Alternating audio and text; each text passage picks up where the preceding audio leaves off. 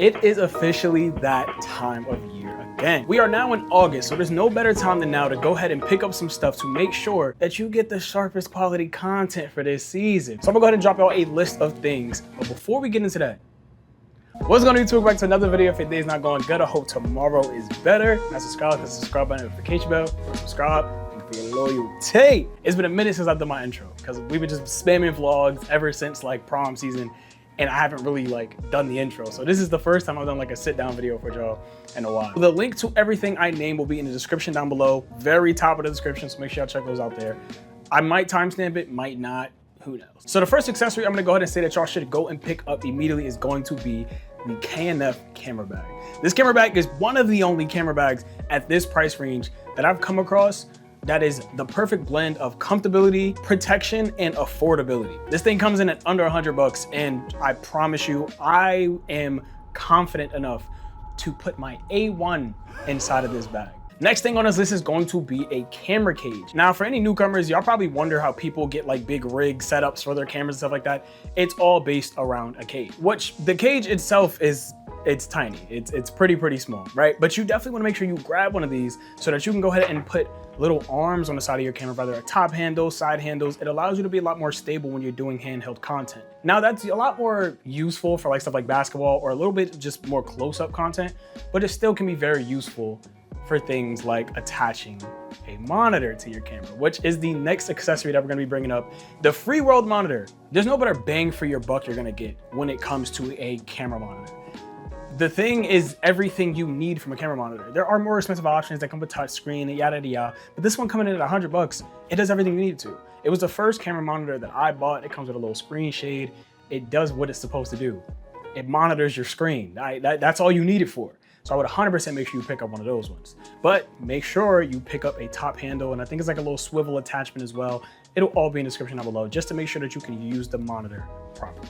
Just to kind of stick around the things that are gonna be building around the cage, a shotgun mic. You're gonna wanna use a shotgun mic. Please do not use out of camera audio like from games and stuff like that. The worst thing that could happen is someone tries to celebrate and your audio sounds choppy and you can't really hear what people are saying. Get a shotgun mic so you can get all the action audio-wise covered. Because audio, when it comes to making a mixtape, audio is just as important as the video. Yes, you can add sound effects, but there's nothing better than the natural sounds from what's actually going on in the environment. $100, there are better options, but you do not need to break the bank. I've had this same $100 mic for the past 4 years. And no complaints from me. And then one of the last thing that goes like on the camera, which is a part of the build, an ND filter. Pick up an ND filter. The sun does not start going down until like 8 o'clock.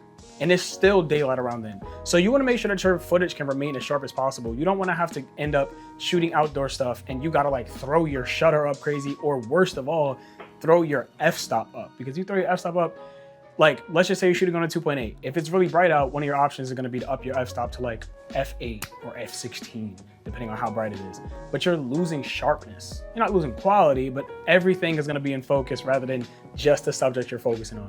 So you wanna go ahead and grab an ND filter. It's pretty much just sunglasses for your lens. Pick one up. They don't gotta be the best, highest quality, yada, yada, yada, but you don't wanna get any crap either. Okay, so moving on to a couple more like accessory kind of things.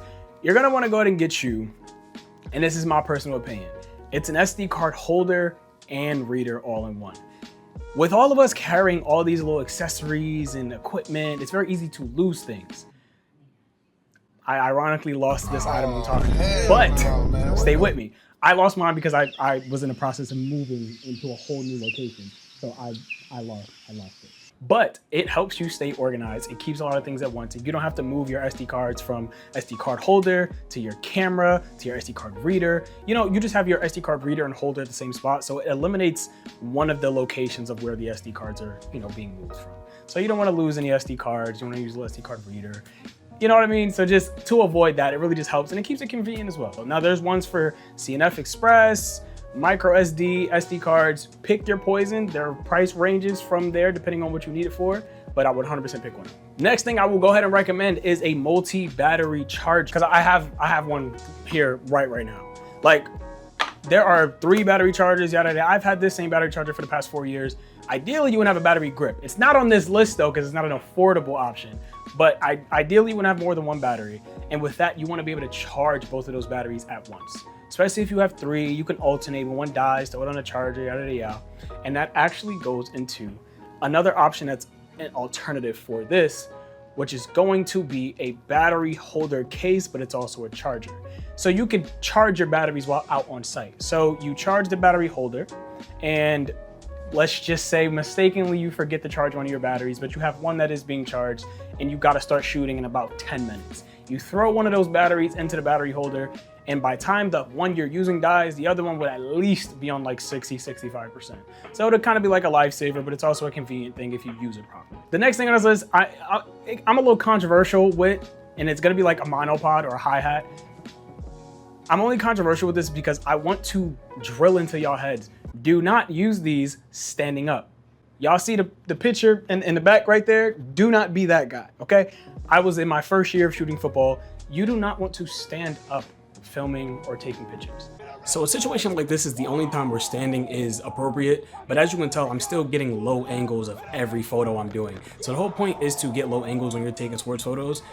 So standing kind of builds a bad habit in beginners to not get low angles. So that's why I just say sit.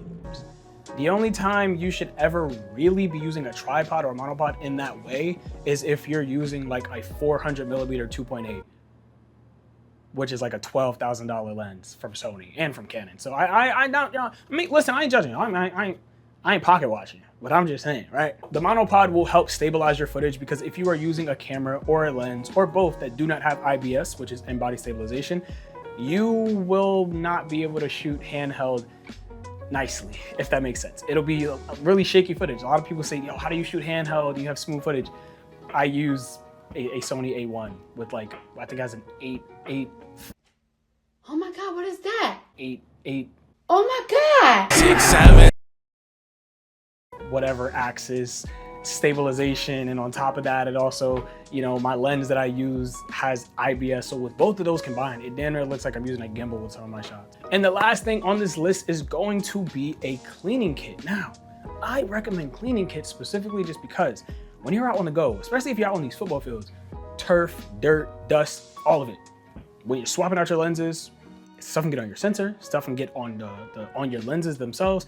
You want to be able to go ahead and clean those real quick. So my go-to has always been like quick cleaning kits. Like you don't need anything crazy, which is why this one is perfect, because it's like an all-in-one cleaning kit. So you got your cloths, you got your cleaning solution, you got the stuff for your sensor, the stuff for your lenses. You want to have all of those things on hand, so you're not sitting there wiping your lens off with your shirt if it's humid outside. You don't want to deal with any of that. Be a professional and just pick you up one of these. These things like $30, bro. Probably find me cheaper if you want a smaller kit. Like, you know what I mean? Take care of your equipment. That's the point. Take care of your equipment. And that's gonna be all. You know, I just want to give y'all a quick little list of things that y'all can go ahead and grab right now before the season even starts. And y'all probably might be able to try some of this stuff during a scrimmage before the season actually starts to make sure you're familiar with everything.